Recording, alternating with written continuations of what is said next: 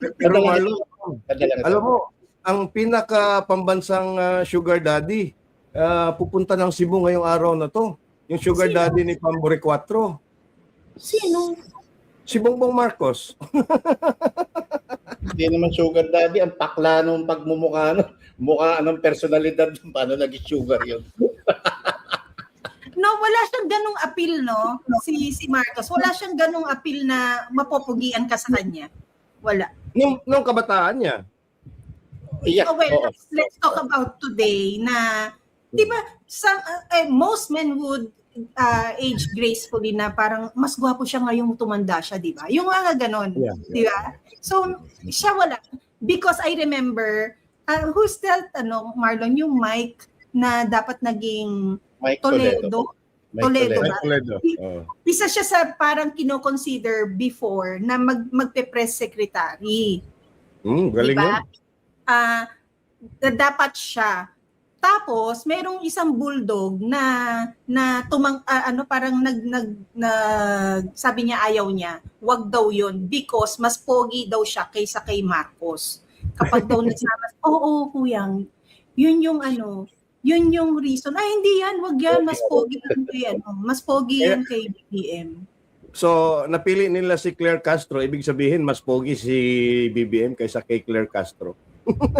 Well, because they probably think that mas may laman si BBM compared kay Claire Castro. Yun. Well, I have to go back to what Inday said in the June 12 Independence Day celebration in Davao. Anong sinabi ni Inday, Sara? Ang sabi ni Inday, ayoko niyang ayoko niyang ipalit niyo ako kay Bongbong ngayon. Ha? Kasi constitutional successor na ako, ano man mangyari, no? Ang gusto ni Inday hanggang dulo, meaning hanggang 2028, hanggang end of term ni Bongbong Marcos. Gusto ni Inday Sara makita ng taong bayan gaano kawalang hiya si BBM, si Bongbong Marcos. Ito na ngayon. Totoo. I do have a question though, no? Yung mga flood control na to, kahit ayusin ng papasok na administrasyon, and we're all praying na si Inday Sara na yan soon as possible, no? Hindi rin siya mariresolbahan hindi niya masusolusyonan yung issue ng pagbabaha yung todong pagbabaha. Why? Because di ba yung mga either yung ginawa nilang flood control ghost, non-existent, di ba? And then di ba merong mga flood control na itinayo sa mga areas na hindi naman binabaha. So ang kailangan mangyari is ma-identify talaga kung saan yung mga lugar na dapat paglagyan ng flood control. Babalik na naman tayo dun sa matagal na nating hinahanap na master plan. No? Yung master plan na hindi lang, yung master plan na yun, when we say master plan, buong bansa o is it just NCR dahil NCR ang nalulubog? Dapat buong bansa, kasi integrated yung dapat nga ang urban planning integrated, pati lalo yung mga dinadaanan drainage system, yung sewerage treatment facilities natin, dapat kasama yun sa plano. Saan na nga naman yung master plan? Ang nangyayari kasi, yung master plan ngayon ng Bongbong Marcos administration, master nung nakawan, master na kung paano tayo lilangin para hindi managot yung mga kawatan ng bayan. Paano hindi managot yung mga politiko mismo na sumisip-sip sa kaban ng bayan. Ang problema kay Bongbong Marcos, yung focus nga, ang focus nila hindi para magtrabaho. Ang focus nila para lamang sirain, gipitin ang Vice President Sara Duterte na takot sila na pumalit sa kanya sakaling bumaba na siya sa pwesto sa Malacanang come 2028.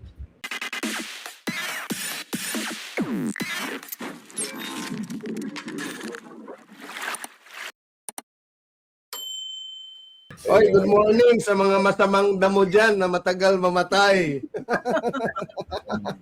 Saan nagsimula yan? Di ba? Sa matandang kasabihan na yan eh. Oo. Yung masamang damo. Matagal mamatay. Kasi siya, weeds. Yun ba yung ibig yung sabihin? Yung weeds Kasi matagal. Okay, kasi may mga damo talaga na kahit anong gawin mo, matagal talagang mamatay. I mean, mukhang namamatay sa surface, pero ilang araw lang, sisibol na naman. Buhay na naman. So ganun si BBM. Pero bago ang lahat, ang ating pagbati sa inyo, kumusta ang inyong Father's Day celebration? Uy, we, Ako kakaiba pam kasi team building ng isang mga tao natin. Tapos pagdating ko rin sa bahay, oy, Libby anak, sa manugang ko iba talaga Kuyang Ibi pag kami anak na babae. No? Alam mo, nag-birthday ako. Sinorpresa ako ng damit, polo, cake sa nakaraang April. Aba, pagdating ko rito, may pagkain nakanda ako tsabay nga sa bahay. Kasi dalawa anak ko kuya puro lalaki. Hindi ko nararanasan to. Ito yung manugang na ako nandito ba sa Pilipinas. Libby anak. Pero na-appreciate mo. Oo, I hate surprises. Pero syempre galing sa anak mo, manugang mo. Paano mo yun na nag-e-effort talaga? Nasa probinsya siya eh. Alam ko ngayon nasa abroad ng pamilya. Happy Father's Day din sa Balae ko. Balae, pare, happy Father's Day. For the longest time na nakilala ko si Marlon, puro si engineer ganito, si Dicky nga, tapos yung anak mo si ano nga pangalan ni Gleason, 'di ba? Puro lalaki kuya, yung kwento, computer, ganyan. Tapos ngayon, oo nga pala nun, kahit ako nakalimutan ko, kasal na nga pala si engineer. Kamusta ko agad nung nakaraan, nuling ka-message ko nung Jensen, di ba nag-vlog tayo rito, yung malakas na lindol. Tinext ko agad, kamusta kayo dyan? Dad, okay lang po. Ganun. O, tinatawag ka na ng daddy, ng dad. Wow! Medyo, ganun ka na. Kaya ginugusto ko. Ako nga, Marlon, yung kuyang, yung mga pamangkin ko, kasi nga malalaki na, no, ayaw na nila yung larong I am your mom. Halimbawa, yung magkakagulatan kami sa video call, pag pareho ng color ng damit, since twinning, ako yung, kunwari, I'm your mom, yung gano'n. Ayaw na nila, alam mo tawag sa akin, Shein mom, Tipo mom, yung mga ganyan. So, kakatuwa naman yan. Kuya, kumusta ang Ako din Marlon, medyo kinikilabutan ako pag tinatawag akong dad. Ano ba to? Daddy na anak talaga o daddy na sugar baby to? Kuya, baka naman yung tumatawag sa yung daddy may dalang latigo may dalang anong tawag dito? Posas. Kasi tawag sa akin dito, ang mga anak ko, tatay kasi, tatay yung tawag nila, tatay. So, yung mga inaanak ko, ang tumatawag sa akin na daddy. Yung mga LGBT community members naman, na mga ang tawag sa akin, daddy. Daddy. Oo. Pero pagka mga, ang tawag sa akin, kuyang.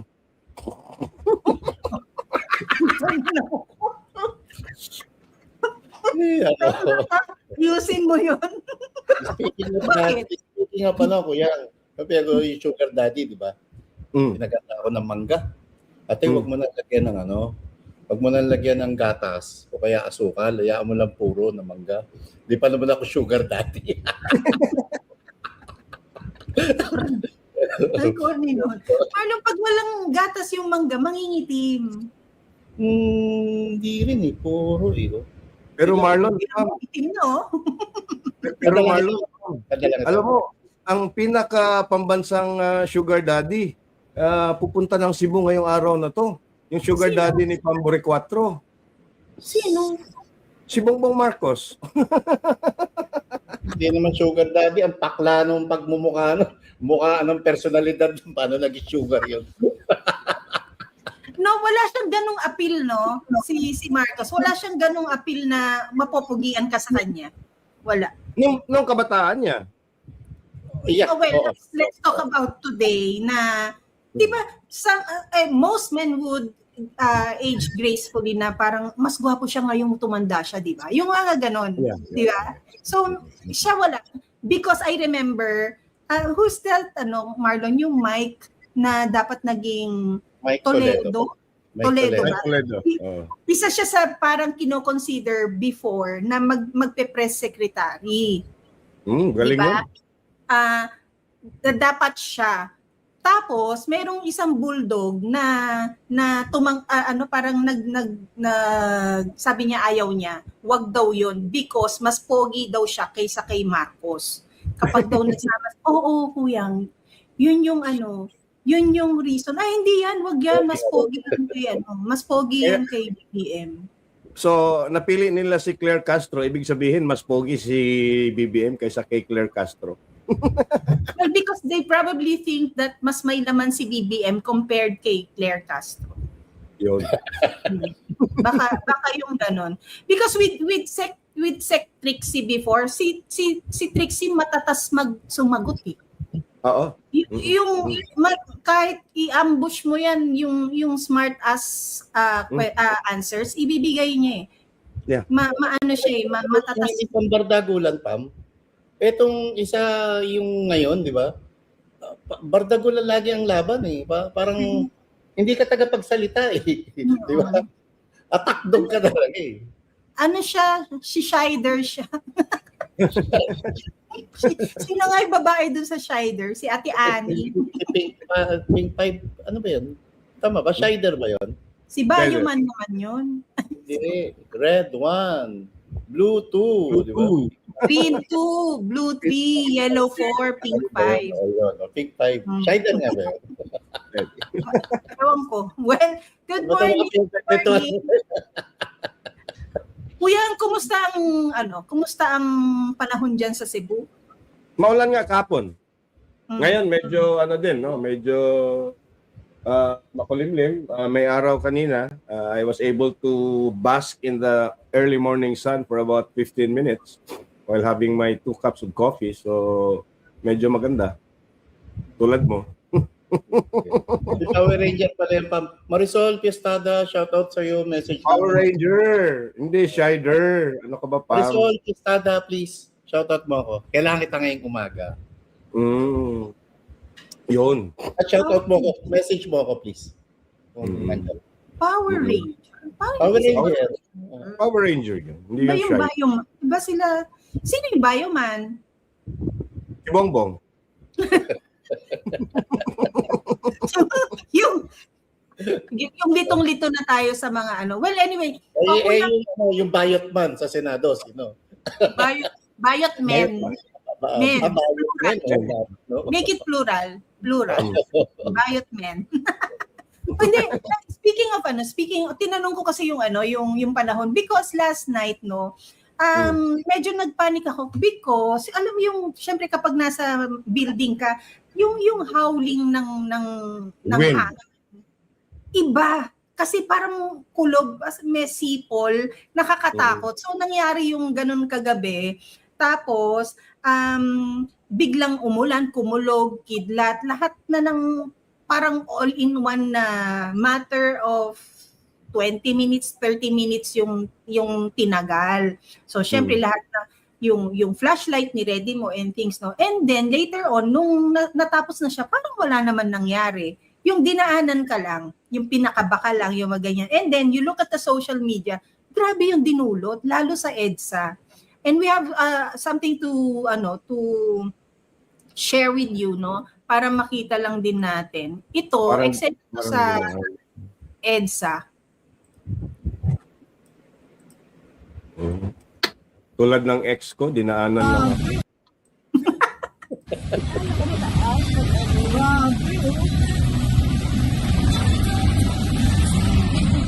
Diba sabi ko dapat office na lang. Ganun din sa office. Same lang. Sa traffic na lang. Paano? Isipin mo yan, ano pa lang yan. Hindi pa yan yung tipong... Tapos wala nang dumadaan doon kasi malalim na yan. Ano na kasi, unpassable na kasi yung bandang ang gandang Dito lang talaga mataas-taas. Grabe, ang lakas ng alon. Ayan, tignan mo. Parang dagang.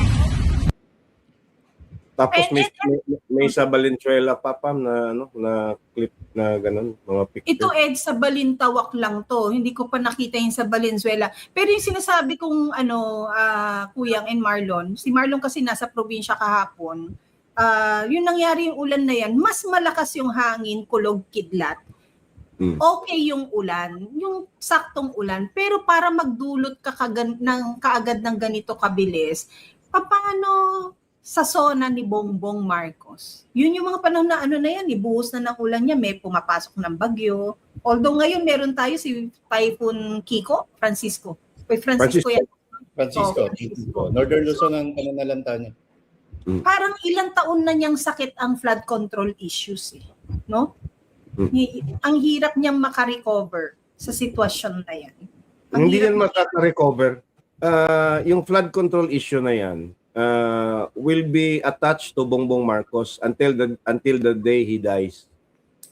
Kaya kahit ano mang gagawin nila sa Senado, pagtakpan nila yung flood control investigation, sabi ni Erwin Tulfo, move forward na tayo. Paano makaka-move forward yung taong bayan kung bawat ulan na lang baha kaagad, 'di ba?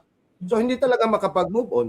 Tama ka, Kuya. Sabi ni Erwin Tulfo, move on tayo tapos mas marami pang ibang problema na dapat pag-usapan. Hindi napakalaking problema nitong baha na to. Paano ang ekonomiya? Paano yung mga ari-arian natin? Tapos, paano tayo makakagalaw, makakakilos? May yung peace of mind natin kung alam natin yung bahay natin binabaha. Yung iba nga, hanggang ngayon, Kuya, 2 years ago na, hindi pa rin bayad yung kotse nila. O binabayaran nila na nagiging sirain na yung kotse nila dahil nalubog sa baha. Ang catch dito, kahit anong pagtatakip at kahit anong gawin para pilitin ng mga senador na mawaksi sa kaisipan ng mga kababayan natin yung issue ng flood control, ibabalik at ibabalik sa kanila to. Sisingilin at sisingilin ang mga senador na ito at ang palasyo ng Malacanang na magsitigil kayo, palibasa, nasa mamahaling subdivision kayo, palibasa, nasa magagandang condominium kayo, hindi kayo apektado pagka bumabaha sa paligid nyo. Lalo pa, hindi rin kayo apektado sa patuloy na pagtaas ng presyo ng gasolina at bilihin. Dagdag ko na lang, Marlon, nasa Manila lang kayo. Hindi pa na-picture yung Cebu na tuwing umuulan, 1 oras na pagbuhos ng ulan dito, talagang overwhelming yung mga floodwaters. At nasaan na ba si Pamburi 4 nung nagsigawan siya in November of 2025 after Tino, no? We have 200 billion project and nasaan na ngayon Pamburi 4? Bakit mo hindi iniimbestigahan ang mga distrito, especially sa Mananga River? Ngayon pupunta daw si Bongbong Marcos, i-check yung mga flood control mitigation projects. Ewan ko kung saan. 'Di ba? Hanggang ngayon, no? And we are not yet in the middle of the rainy season, Marlon. Umpisa pa lang to, and then we are confronted with a super El Nino, one of the rarest events, no? It just happened probably the last mga 4 or 6 times lang ito nangyari since yung El Nino ay nire-record. At ang matinding dulot yan is pagka walang ulan, matinding tagtuyot. Pero pag ulan naman, talagang buhos. Sobra. Madalang yung bagyo, pero pag bumagyo, super typhoon category naman. Paano sabi ni Pam kanina, no? Yung ulan kagabi, kahapon, ng hapon, Pam, mga 20 minutes lang tinagal nun. Or kung 1 oras pa tinagal nito, o 2 oras, 3 oras na walang tigil na pag-ulan. So, dapat yung nangyari kagabi, kahapon ng hapon, maging eye-opener to sa mga LGU. At saka Vince Gison sa DPWH, and syempre sa MMDA, ano na nangyari sa dredging project nyo. Yung mga ilog, kasi Kuyang, ang dami kong kilalang mga subdivision. Alam mo na problema nila? Yung mga nagtatayuan na may creek sa kanila, may mga tinatayong condominium, lalo yung sa SMDI, yung sa SM na mga condominium. Naharangan nila yung creek. Kaya maganda man, maluwag man yung yung daloy ng tubig sa subdivision nila. Pag dinaanan na yung condominium ng mga oligarko, sumisikip. Diba dapat merong certain Nag-overflow ngayon. o kaya bumabalik. Tapos at the same time, yun nga, yung mga pagtapon ng basura, totoo naman, kasalanan din naman natin yung mga walang patumanggang pagtatapon kung san-san. Pero trabaho, tungkulin at obligasyon ng gobyerno, mapalokal at mapanasyonal, na linisin yung ating kapaligiran. Yung paghapon ng basura, LGU yan. Yung dredging, yung sa kanal, panawagan to sa LGU. Yung nangyari po kahapon, please, kasi kung ipagwawalang bahala nyo yan, totoo, malaki impact niyan kay Bongbong Marcos, pero mas kawawa pa rin yung mga kababayan natin. Dahil mauulit at mauulit ito, higit lalo, hindi napapanagot yung mga kawatan sa gobyerno na bilyon-bilyong piso o trilyong piso na ang ninakaw sa pondo ng pamahalaan. At Sorry, I will have to- wait lang. Go ahead, yeah. Sorry, Go ahead, sorry. ma'am. Si Marisol, shout out ka tuloy, Marlon. Ma'am, pakis-message po si Marlon. Wag Marlon B. Puri, paki-message mo po ako. Marisol, thank you. may kailangan lang po siya. Opo, thank you. Ayun. Kuyang, you wanted to say something. Sorry. Well, I have to go back to what Inday said in the June 12 Independence Day celebration in Davao. Ano sinabi ni Inday, Sara? Ang sabi ni Inday, ayoko niyang ayoko niyang ipalit niyo ako kay Bongbong ngayon. Ha? Kasi constitutional successor na ako, ano man mangyari, no? Ang gusto ni Inday hanggang dulo, meaning hanggang 2028, hanggang end of term ni Bongbong Marcos. Gusto ni Inday Sara makita ng taong bayan gaano kawalang hiya si BBM, si Bongbong Marcos. Ito na ngayon. Totoo. I do have a question though, no? Yung mga flood control na to, kahit ayusin ng papasok na administrasyon, and we're all praying na si Inday Sara na yan soon as possible, no? Hindi rin siya mariresolbahan hindi niya masusolusyonan yung issue ng pagbabaha yung todong pagbabaha. Why? Because 'di ba, yung mga either yung ginawa nilang flood control ghost, non-existent, 'di ba? And then 'di ba merong mga flood control na itinayo sa mga areas na hindi naman binabaha. So ang kailangan mangyari is ma-identify talaga kung saan yung mga lugar na dapat paglagyan ng flood control. Babalik na naman tayo dun sa matagal na nating hinahanap na master plan. No? Yung master plan na hindi lang, yung master plan na yun, when we say master plan, buong bansa o is it just NCR dahil NCR ang nalulubog? Dapat buong bansa, kasi integrated yung dapat nga ang urban planning integrated, pati lalo yung mga dinadaanan drainage system, yung sewerage treatment facilities natin, dapat kasama yun sa plano. Tama, no? For instance, dito sa Cebu, no? It should be a whole island approach, no? Although concentrated muna doon sa highly urbanized areas na mga flood prone is already identified. Tsaka kasi Pam, yung mga flood control projects na ginagawa nila, hindi naman yung talagang totoong flood control projects kasi ang ina-address lang nila is the downstream. Yung nasa baba lang Pero saan ba nag-uumpisa yung baha? Di ba nasa bukid, in the case of Cebu, nag-uumpisa yan sa highlands of Cebu. Doon mo dapat muna i-address to control the flood waters, no? Bago siya pumunta doon sa low-lying areas. So, ibig sabihin, tama ka, the master plan should be nationwide, but also it should be specific to, flood basins, no, na meron yung magkadikit na mga LGU. Alam mo naman yung mga LGU, kahit sa traffic, Pam, Marlon, kahit sa truck ban na lang, Marlon, dito sa amin, pagkatabing LGU. Yung isang LGU, ang truck ban niya hanggang 5. Yung isang LGU, ang truck ban niya hanggang 4. Di ba? So, pag nandito ka sa isa, by 4:30, wala ka ng truck ban, hindi ka nahuhulihin.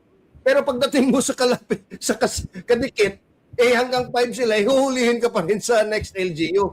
Ganon din yung flood control Magaling yung isang LGU, pero hindi naman na tinatanggap ng sistema ng isang LGU, wala ka rin. Babaha pa rin kayo. Tama ko yan, tama rin si Pam, no? Dapat, asa na nga naman yung master plan? Ang nangyayari kasi, yung master plan ngayon ng Bongbong Marcos administration, master nung nakawan, master na kung paano tayo lilangin para hindi managot yung mga kawatan ng bayan. Paano hindi managot yung mga politiko mismo na sumisip-sip sa kaban ng bayan.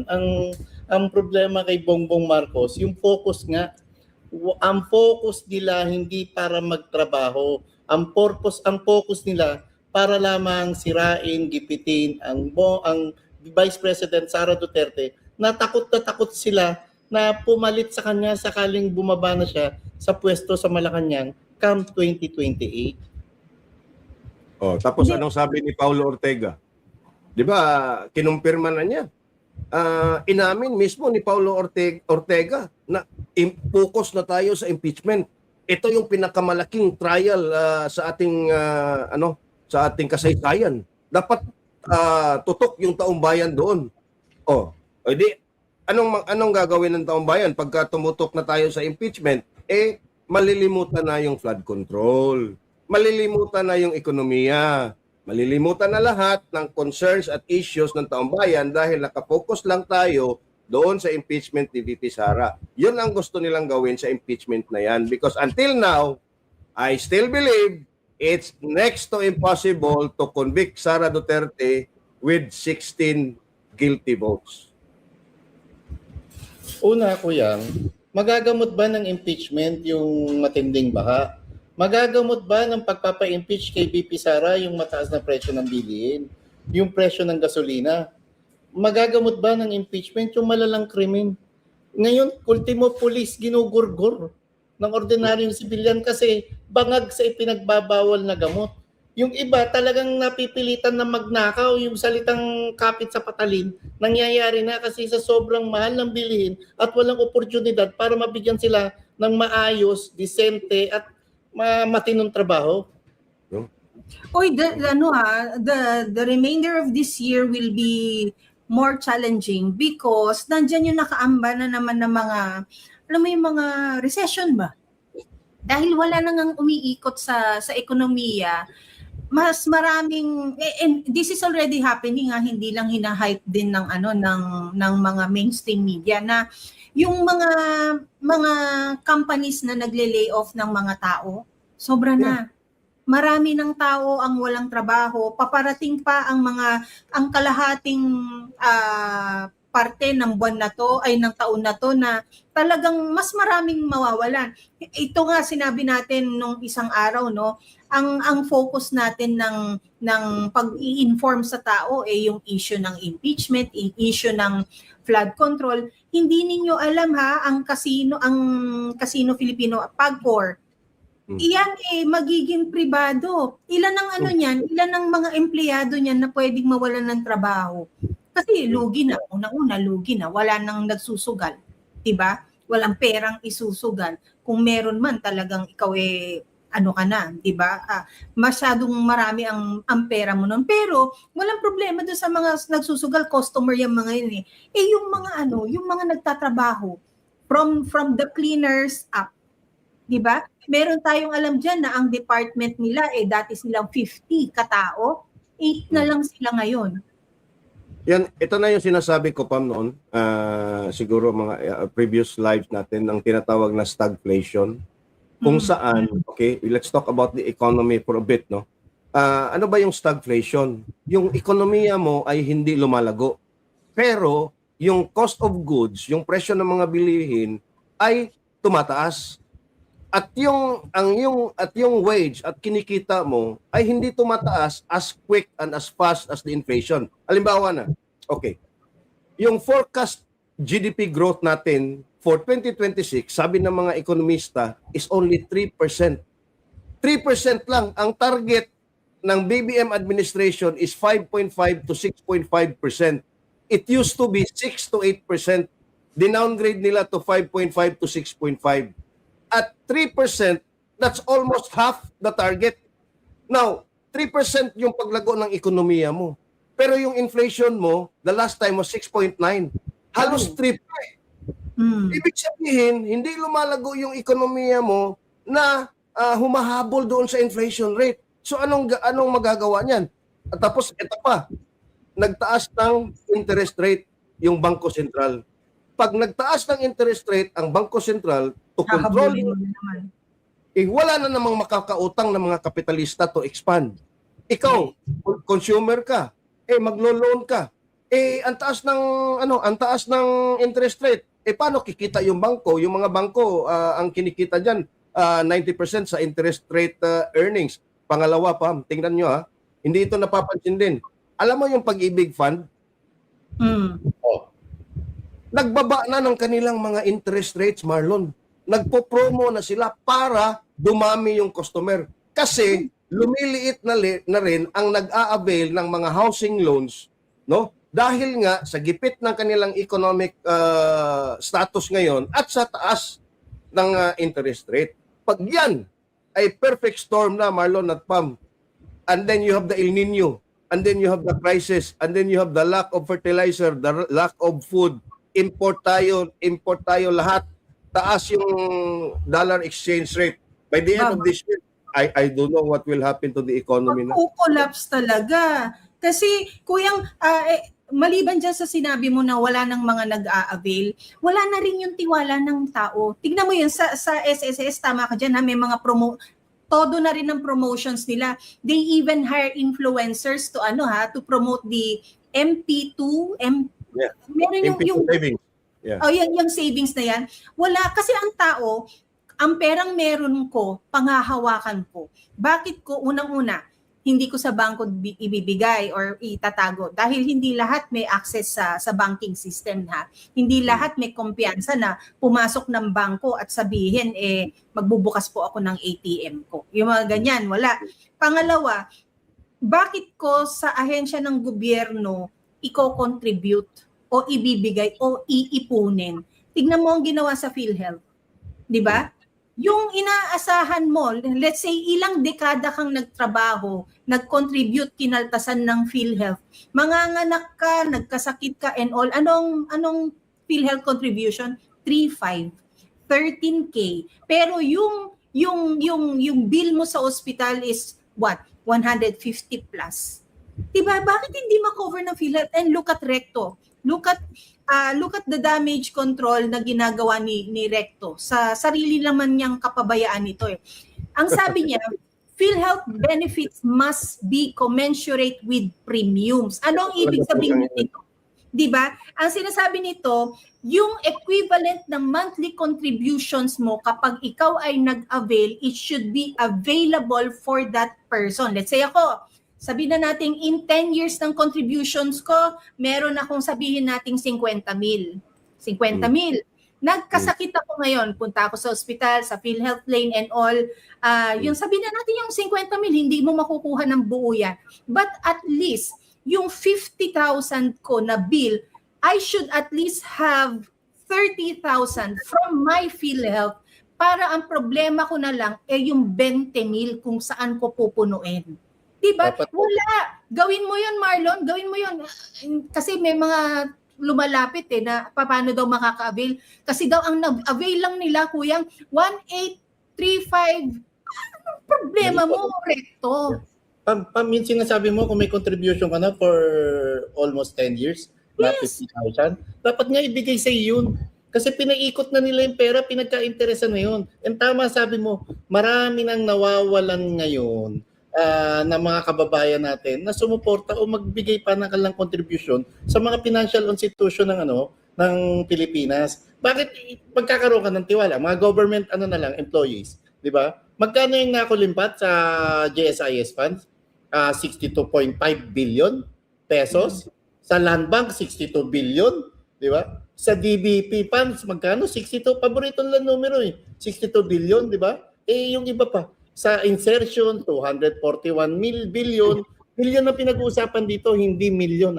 Nung pork barrel, galit na ang taong bayan sa 10 billion pesos, yung kay Janet Lim Napoles. Kung saan sangkot din ang Bongbong Marcos sa pamagitan nung bagman niya na si Maya Santos.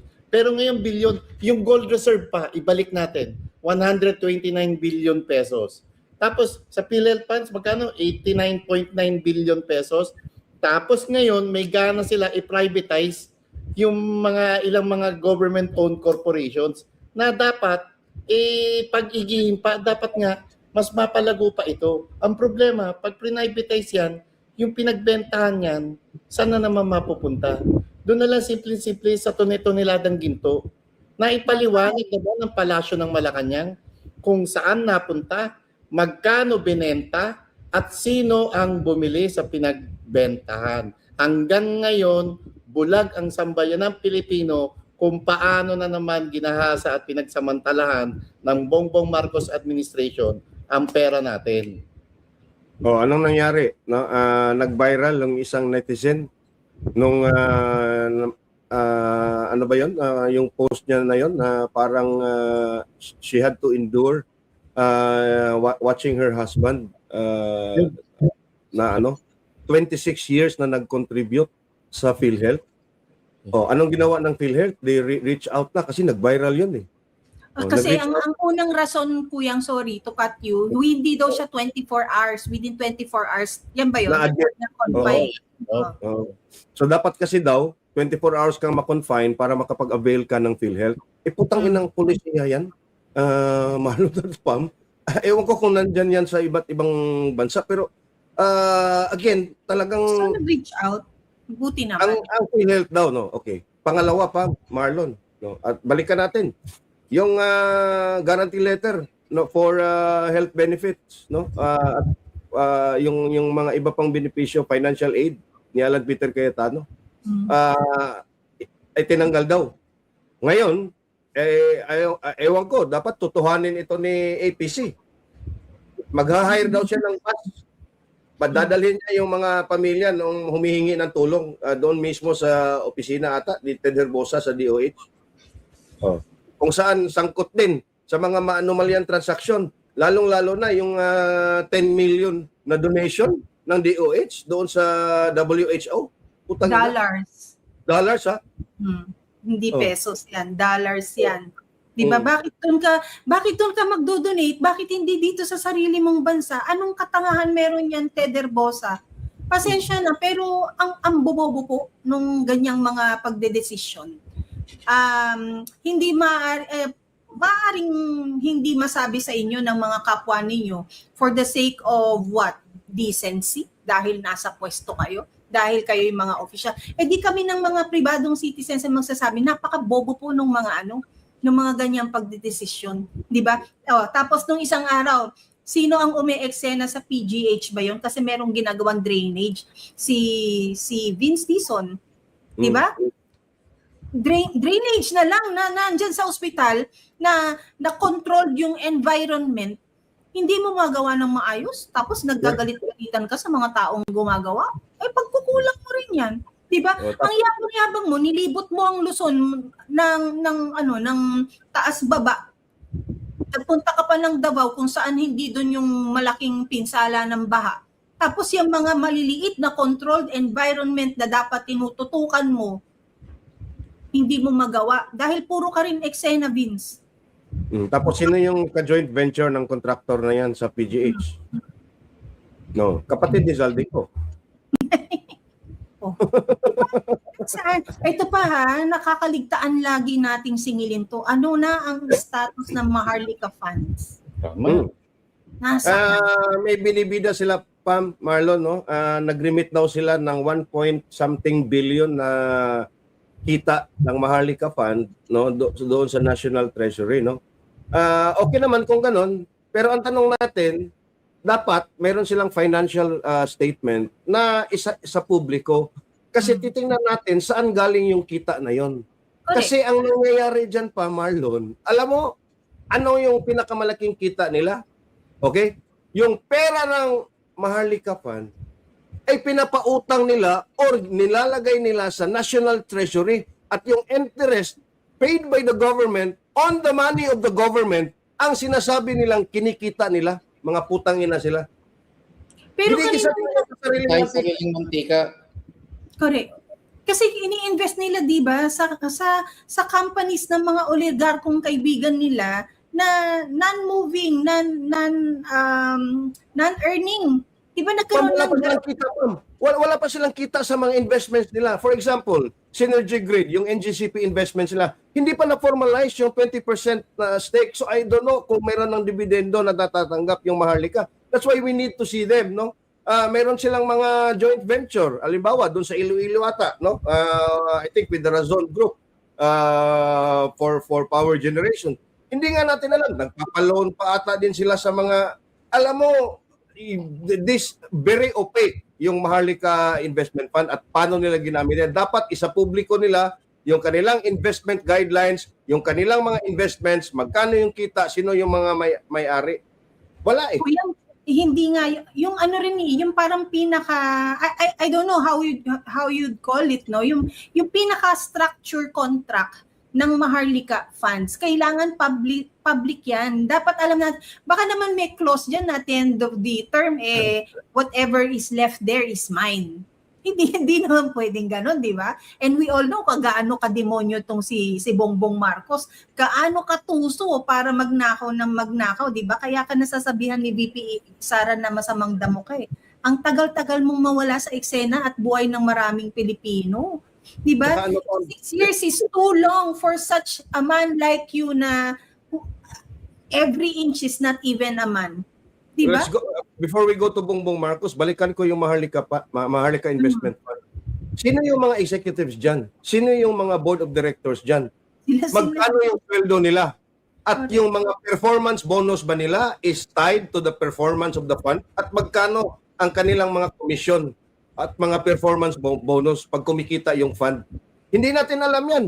For all you know, magkano yung kinikita at kinokomisyon ng mga putang inang yan dyan sa Maharlika yan. Yung mga investment bankers yan pa, mga tuso yan when it comes to the financial system. They know the game. In fact, they invented the game. Ito din, sabi ni yung sinasabi ni Joel Villanueva noon, si Dracula, ang pinapabantay mo sa blood bank. Itong Maharlika Investment Fund. At yan na nga sila. Di ba sila rin ng sila rin ng ang kakana sa isa't isa. Saka Di ba? yung tinatawag yung culture of impunity, walang patumangga talaga, no? Walang kabusugan, grabe yung nakawan nila, yung appetite nila sa pagnanakaw, tuloy-tuloy. Hindi nabubusog eh.